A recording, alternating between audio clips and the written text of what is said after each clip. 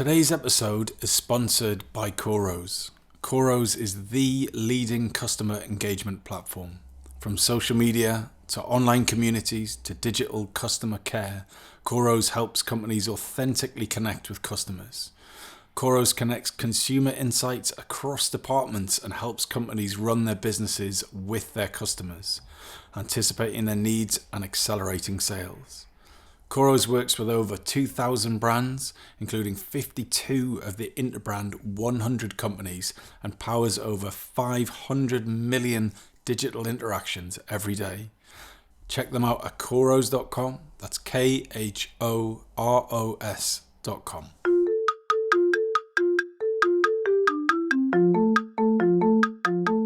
Hello and welcome to the Shiny New Object podcast. My name is Tom Ollerton. I'm the founder of Automated Creative, and this is a podcast about the future of marketing. Every week or so, I have the pleasure and the privilege of interviewing one of our industry's leaders. And this week is no different. I'm on a call with Heather Stuckey, who is Global Partnership Director for Facebook and Google at Mars. Heather, thank you for joining us. I really appreciate that. Could you give the audience just a bit of an introduction to who you are and what you do? Hi, Tom. Yes, thanks for having me. It's such a pleasure to be speaking with you today. So as you mentioned, I am Heather Stuckey. I'm the Global Director of Partnerships for Mars, responsible for leading our company's global strategic relationships with Facebook and Google, as well as other digital platforms, including Amazon, advertising, and TikTok. I have been with Mars for 3 years, and prior to that, spent 15 years on the creative agency side at DDB. Fantastic. And what made you leave the comforting familiarity of DDB? I was actually working on the Mars business at the time. And so it was a really seamless transition. My last job at DDB was the global business director running Mars globally for DDB. So it just felt like a natural transition and a natural next step for me. Also known as they poached you, let's be honest about it. Well, fantastic. So what we're going to do now is get into what we call the getting to know you questions. So are you a reader? Are you a marketing book reader? Do you buy marketing books for your team or your friends, or do you just ignore those things completely? No, I'm an avid reader. But I tend to go for, so I'd be remiss if I were to say, if I didn't mention How Brands Grow by Byron Sharp. The most popular book on this podcast. The most popular book on this podcast. Although I made the mistake of trying to listen to that as an audiobook. Really didn't work at all. Oh my God, that's disaster. It's a tough one to get through audio and also through just reading it. But it is such a, obviously fundamental book. So I think, if there's anyone who hasn't read that book, absolutely should go read it. But in terms of what I am more interested in is I gravitate towards personal stories of success. So one of my all-time favorites is Shoe Dog, which is the memoir by Nike co-founder Phil Knight. I don't know if you've heard of it, but as an avid runner, I found it to be so inspirational. And did you listen to it while running, or are you a reader? No, I actually read it. No, I can only listen to music while running. So, but yeah, this was all old school book in hand reading. Right. Because I started running during lockdown for obvious reasons. And I actually have got really into podcasts, ironically, because I hate running. I'm terrible at it. I'm just an embarrassing specimen of a man doing it. But I feel that my ears don't really do anything. So I can absorb information like really quickly. So I've been caning all the marketing podcasts. It's been brilliant. But so tell me about the Nike book. So what are the things that have stuck with you since you read that? Yeah, so I think that the first thing is just realizing that Nike started from being, a tiny image in Knight's mind. I think we all think of Nike as being, this big multi-billion-dollar company, and we don't realize that it actually started from a $50 loan from Knight's father. But I think, one of the things that I take away from the book and use on a regular basis is running a business is like running a marathon. So there's so many highs, but there's also just as many lows. And so being able to go on that journey and know that it isn't smooth all the way through, it kind of keeps me going on both good days and bad. So how do you remind yourself of that analogy when things are tough? Do you have a process for thinking, this isn't a great time at this point, and I need to remind myself, or is there a passage from the book you read? What are your kind of techniques for using Phil's advice? Well, I think, one of the biggest things was that he started before he was ready, and he had the faith in himself that he was just going to figure it out.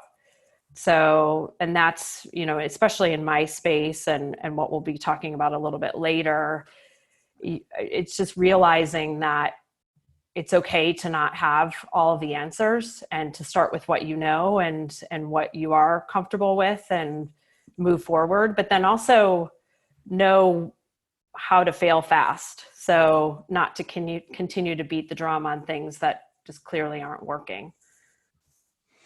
So that's a really great book recommendation, and not one I think we've had before. But outside of a book, what is the most useful thing that you've spent your own money on that's been invaluable for your work? So the most useful thing was also probably one of my most expensive purchases, which was my business school degree from NYU Stern. So I think what I'm proud of and what I feel like I did right with that is I didn't go to grad school right after graduating from my 4 years at university. I had been working for about 10 years before I went back to school. So the benefit of waiting was that I knew exactly why I was going back to school and what my focus areas would be. So it's kind of a way of future-proofing my career and expanding my network. Wow, that's fascinating. So tell me how you chose that path of education, because 10 years into your career, there must have been so much choice. So how did you go, right, it's that college, it's that course, and I'm going to do it now? What was your process there, or was it feel? It was feel. I'd always known that I would want to go back to school. The biggest challenge for me was figuring out, especially being 10 years into into my career, was figuring out, do I really want to take 2 years out of my career and go back full time?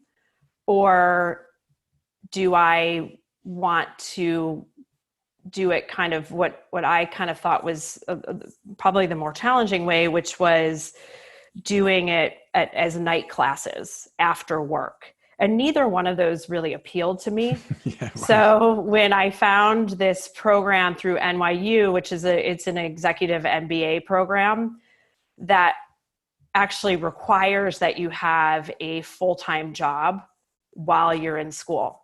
So they completely create this program around the fact that they know that you have a full-time job. So the way it worked was I would be in class every other Friday and Saturday. Obviously a ton of work in between and a ton of late nights and long weekends and all of that stuff, but they were very they obviously knew that everybody in that class had a very full life outside of it. And so the professors catered the workloads against that. And it just made it a much, I want to say easier experience, but because it definitely wasn't, but it just made it a little bit more realistic in terms of what we were able to accomplish within those 2 years. And then at the end of it, I still only had to go back to school for 2 years, which was great. So I still was able to finish the degree in a regular full-time MBA timeline, but with the benefit of also not leaving my career as well. So do you have further educational sabbaticals ahead of you, do you think, or are you done? I'm a student at heart, so I always love learning. Being part of Mars, we have a number of different courses and training programs that are take yourself away from work for a week and really immerse yourself into that learning and learning capsule. So, and I did that, one of those last year. It was called Leadership at the Peak. I went to Singapore for it. So I can't say that I'm done with taking classes, because I think that it's a way of constantly making yourself better. And if you're not learning, if I'm not learning, then I feel kind of stalled. So I can't say never on. I'm not closing the door on that one yet. So outside of a massively expensive course, that sounds like it was really worthwhile, and what a brilliant setup for the course, by the way. That sounds like excellent.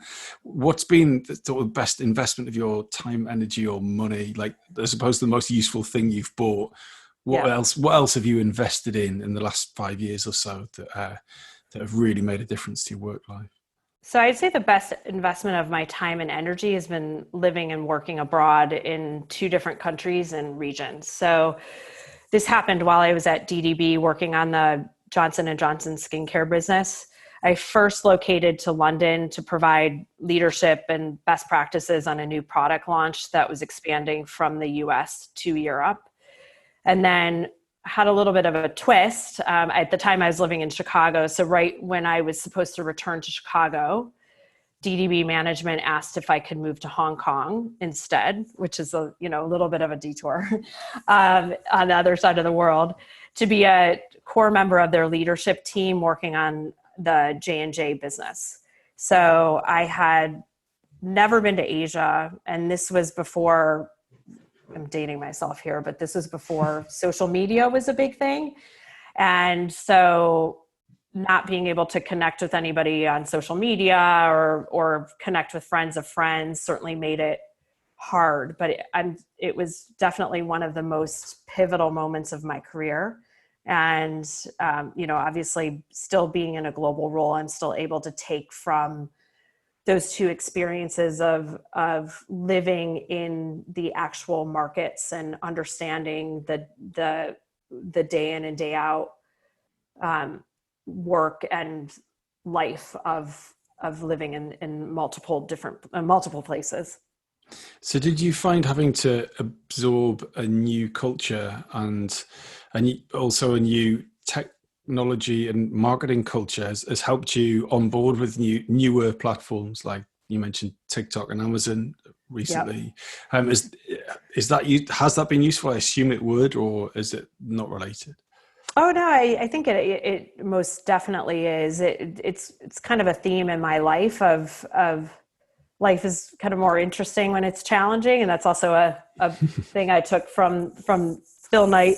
So I think for me it was all about at the time social media wasn't a thing, so it wasn't even an option. So I used old school email to connect with people, but it's what I know I'm very good at is looking at different technology and learning how to use it as it comes out to see how it fits in my life. And if it doesn't, then I'm not an avid user of it. But if it does, then it's something that I bring into my repertoire of tools to use to make my life either more interesting or more productive. I really like that. I think I will try and use that approach to new stuff. I've really struggled sometimes with getting involved with new platforms when there isn't like a direct benefit associated with it. It's just like if I'm just quote unquote doing it for work, it's like you're never going to get it right. You're never going to be part of the culture. You're never going to be part of the what it actually is. And I think and entertainment or utility is a really nice thing. Just go, all right, I'm just going to be entertained with this, or actually I'm going to get some useful out of this. So thanks for that. So before we move on to your shiny new object, I'm curious to know what advice you would give to a student who's just getting into the industry? Now, you've worked both sides of the coin for agency and brand. You've worked all over the world. You've worked pre and post social. So you've done so much. So what advice would you give to a student that you haven't already covered already? Yeah, I mean, I'd say the common theme through all of this is to be curious. And for me, it was early on, I was really curious about all parts of the business so I could really understand how it all worked. And I'll give you an example. I had started my career working at a small promotional agency.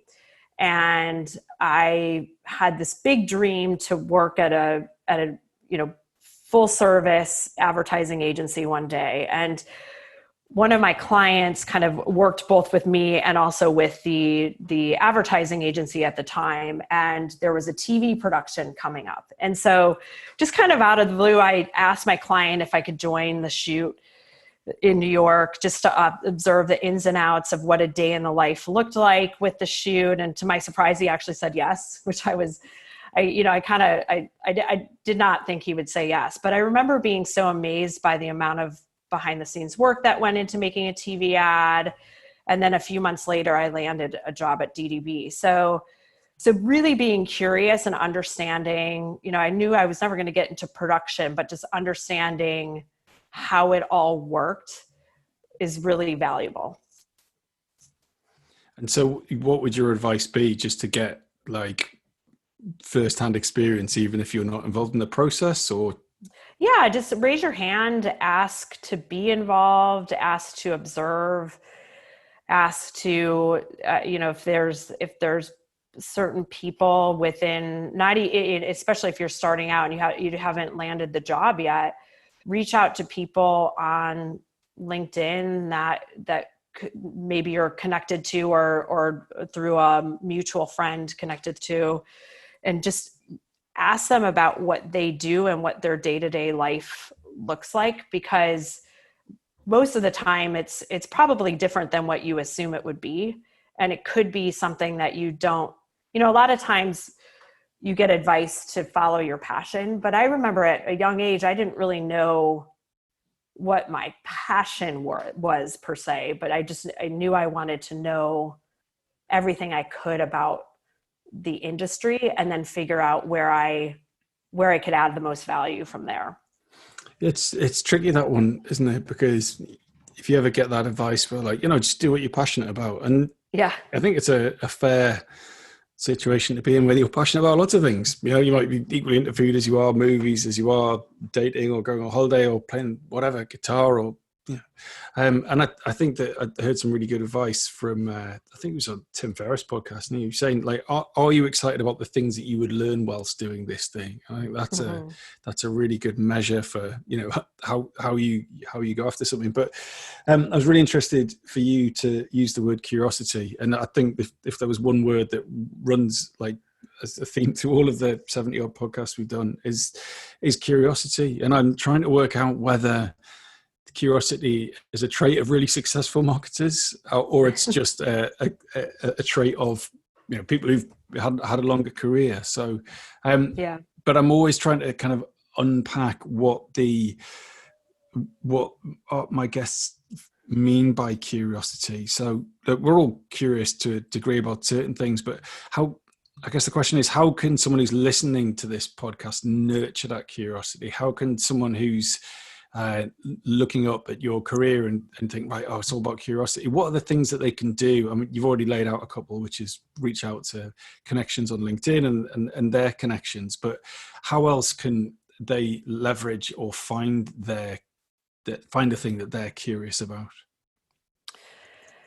It starts with, it's kind of how we were talking earlier about learning about new platforms, right? So it's looking at things, like paying attention to what excites you. So it's maybe this example will help. So my first job out of college was, I was on the path to being an investment banker. And it was the path I chose because I thought it was, I wanted to be this business person, and I wanted to have this great, powerful banking career, and because it's just something that I thought that I should be doing, versus what I really loved was being in a creative space and being able to tell stories. And so for me, that was my personal experience of, showing up at this job every day and realizing, like, I don't know if I want to do this for the rest of my life. And instead just really tapping into what got me excited, and what did I do on the weekends? What was I doing outside of work that filled me up more than what was actually happening at my job? So I think that's where, obviously the follow your passion comes into play, obviously, because we all spend so much time working that it's important to love what you do. But so that's really where, when I say curious, being curious about where you like to spend your time, and how do you make that into a bigger part of your life. If you love all things innovation and want to understand how brands plan to emerge stronger from the current situation, don't forget to check out MadFest London on the 11th and 12th of November. My good friend Dan at MadFest knows how to put on a cracking event, and there's always plenty of amazing speakers, beer and cool people to meet. Check it out at www.madfestlondon.com.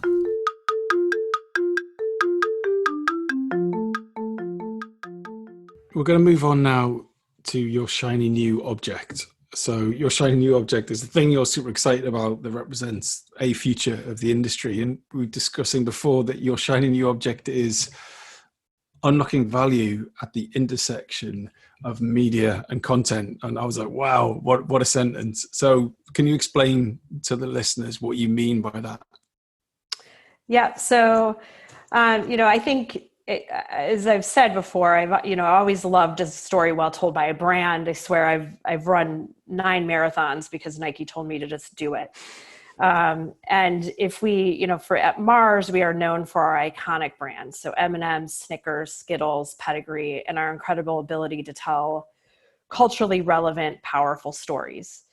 And we really strive to do one of 3 things through everything that we communicate. It's to make people laugh, to make people cry, or to be useful. So when we think about the ever-changing, evolving media landscape, what I'm trying to figure out now is, how do we move at the speed of emerging media? How do we continue to be as effective telling these stories across a number of different platforms that may not give us the, air quote, luxury of time being that 30-second TV spot? How do we do that? How do we make sure that we are still driving value with our consumers at that intersection? So how do we make sure that we are, and then also how do we make sure that we are doing this in an organized and systematic way, so that we can work faster and understand where our brands can thrive in this ever-changing media landscape? So, as we well know, once you've mastered how to tell a story on one format or platform, another one appears. So I think I've been thinking about this a lot in terms of how to bring this to life for your listeners. And I have a little bit of a case study story that I'd like to share. So I think we can draw a lot of parallels of what I'm talking about through the rise of Lil Nas X. Have you heard about him? Yes. Okay. I'm being a 42-year-old man. I'm fairly sure I'm not the target audience, but yes, yeah, I can't wait to hear this. Yeah, so he's he started, he's an aspiring musician, college dropout, was spending a ton of time on Twitter and gaining a solid following. But what he noticed was when he posted a link about a song that he wanted to promote, he would get maybe a dozen retweets. But when he posted a funny meme that had nothing to do with his music, he'd get thousands of retweets. So he took a step back and thought about it for a minute and decided that he was going to promote his work, his songs, through the memes, realizing that on Twitter, in order to find his audience, he needed to be short, catchy, and funny. And that is how he launched, which is now the ever famous Old Town Road, of a meme of a cowboy dancing to his beat with a tweet that said, "Country music is evolving." That quickly spread to TikTok because that just the natural behavior on TikTok is to, I mean, TikTok is becoming much more than that, but to dance to tracks that you're, to have your own version of your dance to a track. And then all the way on to Billboard's country music charts. So obviously there were, many twists and turns along the way and some controversy, but 17 weeks later, he broke Mariah Carey's record for the most consecutive weeks at number one. And then he went on to win 2 Grammys earlier this year. So the takeaway is that he wasn't just a overnight sensation and just got lucky. He actually did his homework. He knew what he knew what he needed to do, the type of content he needed to create to appeal to his audience. I mean, he even went down to adding lyrics to his song titles because that's how people search for the song. Because a lot of people don't know the name of the song. They just know the popular lyric that comes out of the song. So he really went from a place of knowing how this world works by marketing his song in a way that fit into the audience's life. And that's what we're trying to do with our content. Right, so much there, and what a great story. I also remember when I first heard that song. So the way that music works, as I understand it, and similarly with film and a lot of other, if not all, creative industries, is that you need there's like a triangle, and there's loads of crap at the bottom, loads of rubbish, and some stuff gets kind of slightly bigger and better, and there's very few slots at the top, right? And the example you gave, and what a brilliant story, and thank you for telling it so perfectly. But that, there can only be number one, and sure, there's 9 other places in the top 10, and there's lots of, well, actually, there's not very many ads that when it can every year, or go viral, or whatever it is, and actually what marketing is, or what marketing and advertising is, actually is everything apart from the big hits. For every 50 winners at Cannes, or 250 winners at Cannes, there's like 1 billion banner ads that are awful, or there's terrible written strap lines, or boring adverts, or just vanilla adverts. And the Old Town Road story you tell, I mean, that is the sore thumb. It's different because it's just so unusual, but doesn't represent music. Music is kids in their bedroom with their bass guitars trying to work out how to play whatever kids try and work out how to play these days. But isn't that also true of marketing? And someone listening to this podcast would say, "Oh, well, that guy got lucky / did a brilliant thing. How can I replicate that at my small brand, at my bedding company in Cambridge or something?" Or so I think it's so inspiring that you use that as a kind of almost a model for the work at Mars. But how would someone do that themselves who don't have big budgets and don't have the opportunities that maybe the brands that you work with do? Well, I think that's what was so amazing about this story, is that he literally had no money in his bank account, was literally sleeping on his sister's couch when he thought of all of this. So the brilliance behind it was more around the fact that he knew he had to appeal to his audience in a different way. And that's what obviously we are, everybody loves winning the Cannes Lion. And that is something that is really important to a ton of marketers, right? For a number of reasons. But I think in addition to that, it's also figuring out how do we make sure that we are continuing to drive value with the audiences that are looking or absorbing our content, right? And so how do we appeal to them in new ways and find them in areas that we may not be used to developing content against? So if I were to think about TikTok, for example, we've talked about TikTok quite a bit on this podcast. If you think about where TikTok is, pretty much like the anti-Instagram, right? If you think about Instagram as like, this is my you're showing your polished version of yourself and living your best life. TikTok is, okay, this is me figuring out a new track in my bedroom, to your point. So how do we as brands fit into that new way of thinking where we know that, Gen Z audience is migrating towards that, has migrated towards that platform? What is the role of our brands in that new environment?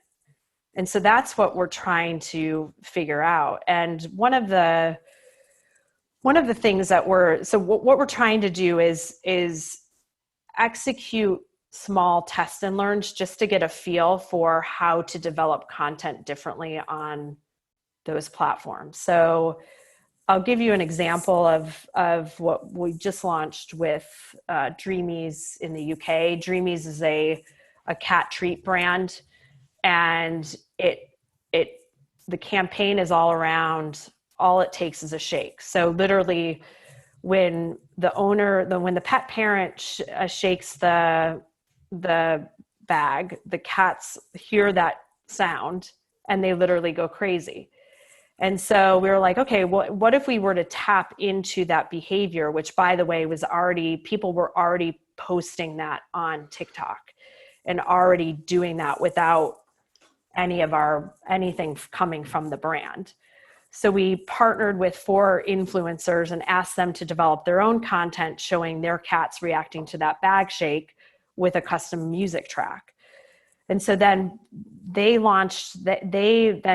created that content and launched it on their own handles. And the reason, and we had that, and then their followers started creating their own versions of their cats going crazy with that same soundtrack. So it was something that ramped up really quickly over a short period of time. But what we did was we looked at what was already happening on TikTok and what that intersection was with our brands, so that we could seamlessly integrate ourselves into that without it sounding and looking like an ad from a more traditional way. And so how do you make sure that you are being true to that platform? Is this the responsibility of an agency? So does someone come to you and go, look, this is what we've seen on these platforms, this is the creative opportunity, you should go for it? Or I get the impression that that's not good enough for you, and you're kind of up to your elbows in it already, like being part and understanding that new culture? Yeah, I think it's a good idea can come from anywhere. So I think it's all of our responsibility, and that kind of taps into something that we were talking about earlier around just being aware of what's happening, what's like being curious about exploring these new platforms and being curious about how behavior and consumption of media is changing. And I think that's really important is instead of looking at things and doing it the same way because that's how things have always been Yeah. done, how do we start tapping into new types of behavior that are coming out from various audiences, right? And how do we tap into that and figure out ways? Obviously, the most important is to be authentic and to make sure that our brand has a role to play in those environments. Absolutely, for sure. And that's why we felt so comfortable with the Streamies example, because that was a behavior that was already happening. But in terms of where it comes from, I think it's the responsibility of everybody to try to figure out what that looks like. So one thing that really interests me about your story is that you were kind of in this game before social, and you've been to these different markets and picked up all of these different skills. And I've had a similar length career, I'm guessing. And when the social thing happened, we were all out trying to work this out. We're just trying to kind of piece it all together, and everyone's dipping their toes in the water in different ways.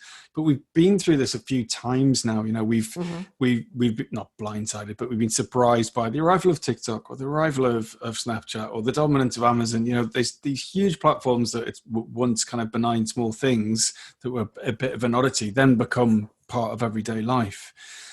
But we've seen, how many have we been through? 5, 6, 10 maybe.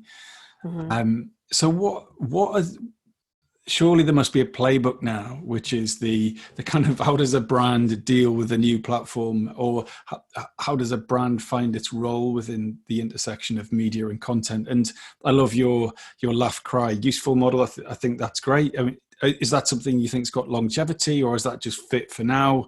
Or should we not look for a pattern? Should we improvise and be open-minded? Or have we seen sort of 10, 15 years of this and can go, right, well, in the next 5 years, there'll be platform X, Y, and Z, or new media thing, whatever. And we should just react to it. Or do you think we should be starting to build a model that we can all work with?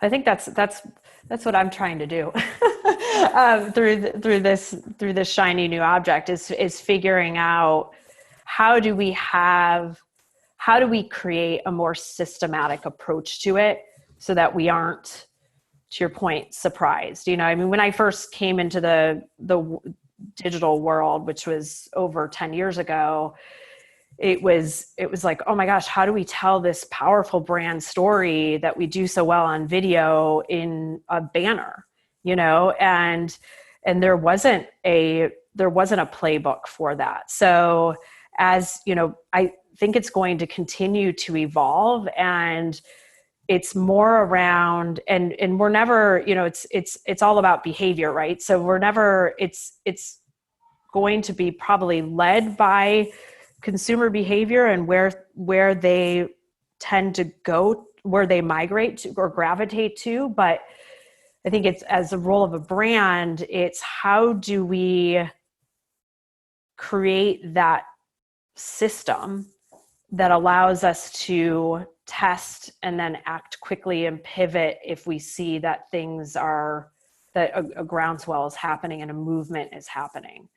And so that's where it's, starting obviously small, with not a lot of budget, and testing the waters, and then figuring out what is working and what isn't, and how you're showing up on that platform, and what types of behaviors are consumers taking away from that, and then growing from there. But I don't think it's unfortunately, I don't think it's going to be a simple, like, here, take this playbook and all of the answers for the rest of our life will be. Hi, sorry, Heather. Yeah. I'm really sorry, but you dropped out there about literally 30 seconds ago. And I was like, this is it. We've hit the peak of this podcast. It's fantastic.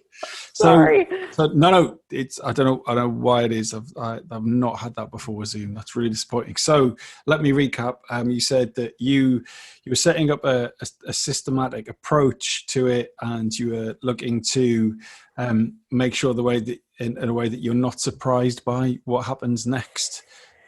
So if you could sort of maybe pick up from about 30 seconds or so ago. I will stitch it Yeah. together. So I apologize on Zoom's behalf. No worries, no worries. It happens. Yeah, so I think it's about creating a systematic approach. So we're never going to be able to fully predict what's going to happen next. But if we can have a system where we are constantly innovating and evaluating to help make ourselves better, and then understand, like, trying to figure out like what platform is going to become the next YouTube or Facebook, and looking at those platforms that may seem small at the time, but doing some small rapid tests against that platform to understand where our brands can shine in those environments. So, unfortunately, I don't think there's ever going to be a playbook of like, here's the answers to everything that will happen in the future. But to have a type of approach of working through those things, I think that's what I'm looking to solve in with this shiny object of figuring out, like, how do we do this? How do we approach this in a smart way that allows us to learn more about these new platforms and the behaviors that are on them? I love it. I think your shiny new object is how to kill a shiny new object, how to dominate and own a shiny new object. So, like, oh no, then you won't have a podcast. But I'll tell you what was interesting, and you may not thank me for this, or interesting to me anyway, is that your will to build a systematic approach to shiny new objects or new platforms is a very agency mindset, but yet you're applying that it must. And I think, I don't know if you appreciate that or maybe I've got that wrong, but what a brilliant interview. And we're going to have to leave it there. And we've covered so much stuff, whether that's your marathon running fueled by Nike, whether that's you forking out a load of dollar for an MBA or working abroad, or that spirit of curiosity. And thank God you didn't end up being an investment banker. And yeah, how wonderful it was to hear all of those different anecdotes and stories, and thank you for being so candid about your experience with Mars. But it's so obvious to me that you wanting to be in a creative space and tell stories is kind of the perfect place, and your kind of love for these new platforms and your will to kind of control them with this systematic approach is just brilliant. I can't thank you enough. If anyone wanted to get in touch with you, what would be a good way to do that? Anybody can connect with me on LinkedIn. You can send me a message, and I'd love to connect and learn more about what everybody else is doing.